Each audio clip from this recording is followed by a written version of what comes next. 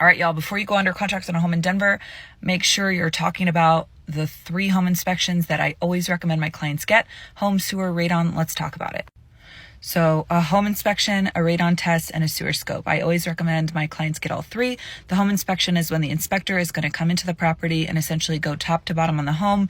They'll look at everything from the roof to the windows not closing properly to all major mechanicals, etc. The sewer scope is a video scope of the sewer line from the house to the main tap with the city. You always want to ensure you get this done. A sewer break I've seen costs anywhere between $4,000 to $15,000, or maybe even a little higher. So it could be a really large expense, and you want to make sure that it's in good condition. And there's a lot of factors that play into making it in good condition or not. The radon test, in Colorado, we have gas that's in the soil and it can cause cancer. So you always want to make sure you're testing for radon. And that's an easy fix if the radon is high, but you always want to know those levels, especially if you're planning on using the basement, if there's a basement in the home.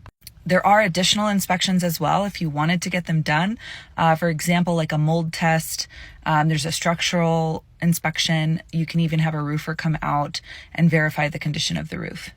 Now, the inspections do cost money, and this money you will not be refunded back to you if you end up terminating on the deal. It's not the same as earnest money. It's a separate fee. For the home, sewer, and radon, that can range anywhere between like $800 to $1,100, maybe $1,200 at the most.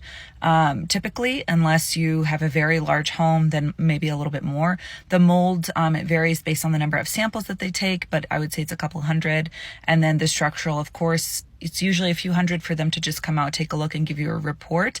And you'd want to get a structural if, like, say there was a pre-existing condition on the home, or you're seeing some like major potential structural issues, then you definitely want to get that verified. Same with the roof. If you're seeing a lot of issues on the roof, or if the inspector calls out a lot of things on the roof, like, hey, there's a lot of hail damage, then you want to get a roofer to come out and verify the condition. And then aside from that, with the mold, it's like if the home had a leak at some point, you definitely want to test for mold and just ensure that everything looks good. Now, if your agent or your dad or like someone like that is suggesting you skip inspections to be competitive in the offer, I don't recommend doing that to my clients. There are different ways you can get creative and still be competitive and still have your inspection. Like, for example, removing your objection and resolution in the contract, but keeping the termination in. This gives you the ability to still perform the inspection and terminate based upon your findings. But like I mentioned earlier, those fees for the inspection are non-refundable. They come out of your pocket. But I always say it's worth having that peace of mind.